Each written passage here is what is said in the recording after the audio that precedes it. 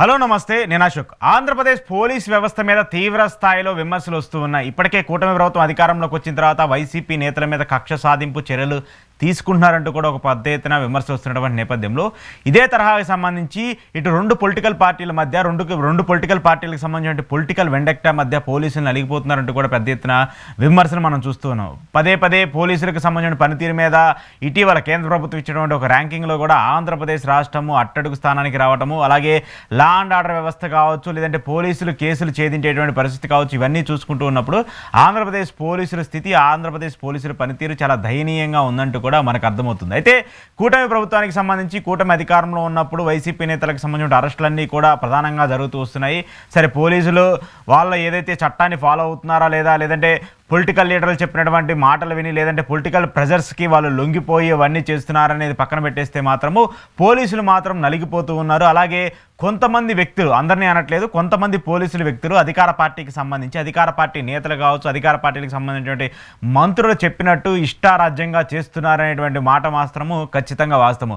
కొన్ని నియోజకవర్గాల్లో చూస్తూ ఉన్నాము. ఒక విధంగా ఎమ్మెల్యేల కంటే కూడా ఎస్పీలు కావచ్చు, డిఎస్పీలు కావచ్చు, ఆ ప్రాంతంలో ఉండేటువంటి సిఐలు కావచ్చు, వాళ్ళ చలామణి, వాళ్ళ పెత్తనం, వాళ్ళ పెద్దరికం ఎలా చలామణి అవుతుందో కూడా మనందరం కూడా చూస్తున్నాం. తాజాగా Proddatur TDP MLA Varadarajulu Reddy police వ్యవస్థకు సంబంధించి పోలీసుల పనితీరు పైన కొన్ని కీలక వ్యాఖ్యలు చేస్తూ వచ్చారు. ఆయన నియోజకవర్గంలో ప్రొద్దుటూరు 10లో పోలీసులు చేస్తున్నటువంటి సెటిల్మెంట్లు కామన్గా సివిల్ కేసులకు సంబంధించి వాళ్ళే డైరెక్ట్గా ఇన్వాల్వ్ అయిపోయి వ్యాపారాల మధ్య, వ్యాపారస్తులకు సంబంధించిన లావాదేవీల మధ్య వాళ్ళే కూర్చొని వాళ్ళే సెటిల్మెంట్ చేసి వేల కోట్లు దండుకుంటున్నారంటూ కూడా ఆయన మాట్లాడుతూ వచ్చారు. స్వయానా ఇది ప్రతిపక్ష పార్టీ నేతలో, లేదంటే వేరే పార్టీకి సంబంధించిన వ్యక్తులు, లేదంటే వేరే వాళ్ళు ఎవరన్నా మాట్లాడితే వీటిని మనం పెద్దగా చర్చనీయాంశంగా తీసుకునే పరిస్థితి ఉండదు, దీని మీద మనం మాట్లాడాల్సిన పరిస్థితి ఉండదు, దీని మీద మనం కౌంటర్గా వ్యాఖ్యలు చేయాల్సిన పరిస్థితి కూడా ఉండదు. కానీ ఇక్కడ అలాంటి మాటలు మాట్లాడింది, అలాంటి వ్యాఖ్యలు చేసింది ఒక పార్టీకి చెందినటువంటి ఒక సీనియర్ ఎమ్మెల్యే.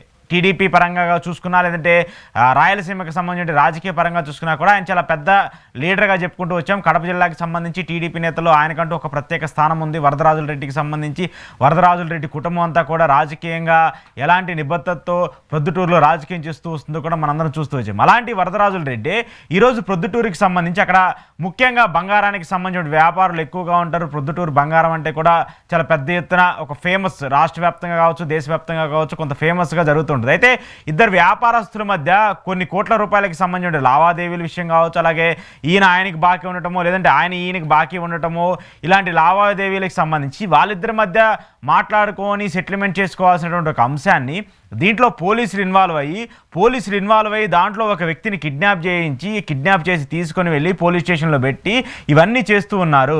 అసలు మీరు అరెస్ట్ చేయడానికి ఎఫ్ఐఆర్ నమోదు చేయాలి కదా, అరెస్ట్ చేసే ముందు ఆ ఎఫ్ఐఆర్ ఎందుకు నమోదు చేయలేదు, అసలు సివిల్ కేసెస్లో సివిల్ మ్యాటర్స్కి సంబంధించి మీరు ఎందుకు ఇన్వాల్వ్ అవుతున్నారంటూ కూడా ఈరోజు సాక్షాత్తు ఒక టీడీపీ ఎమ్మెల్యే పోలీసులను ప్రశ్నిస్తూ వస్తున్నారు. ఆ డిఎస్పీ గారు ఏం చేస్తున్నారంటూ కూడా ప్రశ్నిస్తూ వస్తున్నారు.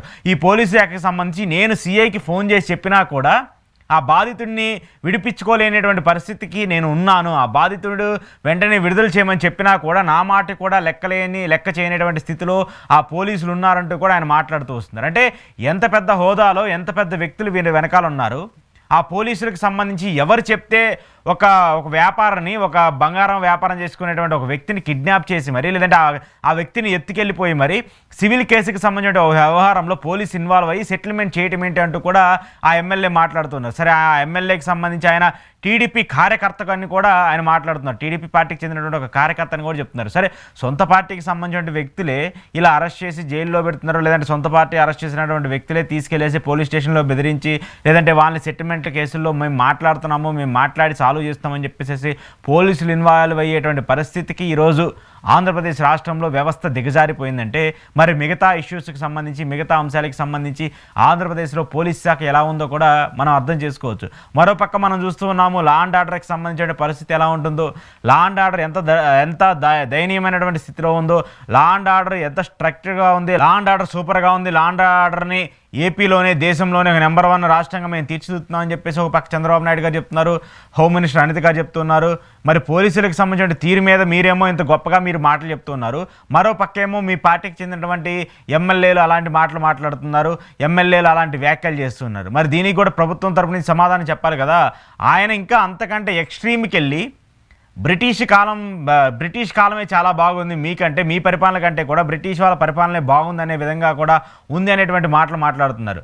బ్రిటిష్ వాళ్ళ కాలంలోనే ఇంకా ఇబ్బంది లేకుండా ఉన్నాము, ఇంకా ఎలాంటి హింసాత్మక ఘటనలు కావచ్చు, లేదంటే ఎలాంటి సెటిల్మెంట్లు, ఇలాంటి దౌర్జన్యాలు లేకుండా ఉన్నామంటూ కూడా ఆయన మాట్లాడుతూ వచ్చారు. సో బ్రిటిష్ పాలనతో పోలీస్ వ్యవస్థని కంపేర్ చేసినటువంటి టీడీపీ ఎమ్మెల్యేని మాట్లాడినటువంటి మాటలకి ఎలా కౌంటర్ చేయాలి, వాటిని ఎలా తీసుకోవాలి మనం ముందు? అసలు ఒక పార్టీకి సంబంధించిన ఎమ్మెల్యే తన సొంత ప్రభుత్వం మీదే ఇలాంటి మాటలు మాట్లాడుతున్నాడంటే, తన సొంత వ్యవస్థ మీద ఆయన అలాంటి మాటలు మాట్లాడినాడంటే, మరి రాష్ట్రంలో పోలీస్ శాఖ ఎలా ఉంది, ఎమ్మెల్యేలకు సంబంధించిన పనితీరులు ఎలా ఉంది, లేదంటే వాళ్ళు చెప్పినా కూడా కొంతమంది పోలీసులు కావచ్చు, అధికారులు ఎందుకు వినట్లేదో ఖచ్చితంగా సమాధానం చెప్పాల్సిన బాధ్యత ఉంటుంది. ఆయన నియోజకవర్గానికి సంబంధించి ఆయనే ముఖ్యమంత్రి, ఆయనే ఎమ్మెల్యే, ఆయనే మంత్రి, A to Z ఆయన నియోజకవర్గానికి సంబంధించి. అలాంటి ఆయన నియోజకవర్గంలో ఒక కార్యకర్తకో, ఆయన పార్టీకి సంబంధించిన ఒక వ్యక్తికో, లేదంటే ఆయన సన్నిహితంగా ఉండేటువంటి ఒక వ్యక్తికో ఏదైనా ఇబ్బంది వచ్చి పోలీసులకు ఫోన్ చేసినా కూడా పట్టించుకోలేనటువంటి పరిస్థితిలో మరి పోలీసు వ్యవస్థ ఉందా, లేదంటే అలాంటి పోలీస్ వ్యవస్థని అలా మార్చేశారనేది కూడా అర్థం కాని సిచ్యువేషన్లో ఉంది. ఏదేమైనప్పటికీ ఒక పక్క పోలీసుల తీరు ఇలా ఉంటే, మరో పక్క కేసులు పెట్టి కేసులకు సంబంధించి రెడ్ బుక్ పేరుతో పోలీసులు పడుతున్నటువంటి ఇబ్బందులు, రెడ్ బుక్ పేరుతో పోలీసులు ఫేస్ చేసినటువంటి ట్రబుల్స్ అన్నీ కూడా మరో పక్క దారుణంగా తయారవుతూ ఉన్నాయి. ఇంకో పక్క చూసుకుంటే రీసెంట్గా ఒక ఆడియో సంచలనంగా మారుతుంది. మేము మీ మీద ఒక ఫ్యాబ్రికేట్ కేసు పెట్టబోతున్నాము, ఒక తప్పుడు కేసు పెట్టబోతున్నాము, సో మీరు దయచేసి మమ్మల్ని వ్యక్తిగతంగా తీసుకోవచ్చు, దయచేసి మమ్మల్ని తప్పుగా అర్థం చేసుకోవద్దు, ఇదంతా కూడా మేము పెద్దల ప్రజల నుంచి పైన ఉన్నటువంటి వ్యక్తులు ప్రెజర్ పెట్టడం వల్ల మీ మీద ఈ దొంగ కేసు పెడుతున్నామని చెప్పేసి సాక్షాత్తు ఒక సిఐ అధికారి ఫోన్ చేసి మరీ మాట్లాడతారు. సిఐ అధికారే ఫోన్ చేసి మరీ ఇలాంటి మాటలు మాట్లాడుతూ ఉంటారు. మేము అరెస్ట్ చేస్తాము, నిన్ను రేపో మాపో మిమ్మల్ని అరెస్ట్ చేస్తాం, కాబట్టి మీరు మాకు సహకరించండి అనేటువంటి మాటలను ఆయన మాట్లాడుతున్నాడు. మీరు దీన్ని పర్సనల్గా తీసుకోవద్దు అనేటువంటి మాటలను కూడా మాట్లాడుతున్నారు. సో ఇలాంటి ఇష్యూస్ అన్నీ కూడా ఆంధ్రప్రదేశ్ పోలీసులకు సంబంధించి ఆంధ్రప్రదేశ్ పోలీస్ వ్యవస్థ మాట్లాడుతుందంటే, మరి ఆంధ్రప్రదేశ్లో లా అండ్ ఆర్డర్ పరిస్థితి కావచ్చు, లేదంటే ప్రభుత్వానికి సంబంధించిన పరిపాలన ఎలా ఉందనేది కూడా అర్థం చేసుకోవచ్చు. దానికి ఉదాహరణే ఈరోజు సొంత పార్టీకి సంబంధించి, సొంత కూటమికి సంబంధించి ఒక ఎమ్మెల్యే పోలీస్ వ్యవస్థ మీద మాట్లాడినటువంటి మాటలు, ఒక ఎమ్మెల్యే పోలీసు వ్యవస్థను ప్రశ్నిస్తున్నటువంటి తీరు. ఖచ్చితంగా దీన్ని ప్రభుత్వం సరిచేసుకోకపోతే మాత్రము రాబోయే రోజుల్లో ఇది మీ ప్రభుత్వానికి ఒక మచ్చలా మారుతుంది. అంతకంటే ముఖ్యంగా పోలీస్ వ్యవస్థ మీదే ప్రజలకు నమ్మకం పోయే పరిస్థితి కూడా ఖచ్చితంగా వస్తుంది.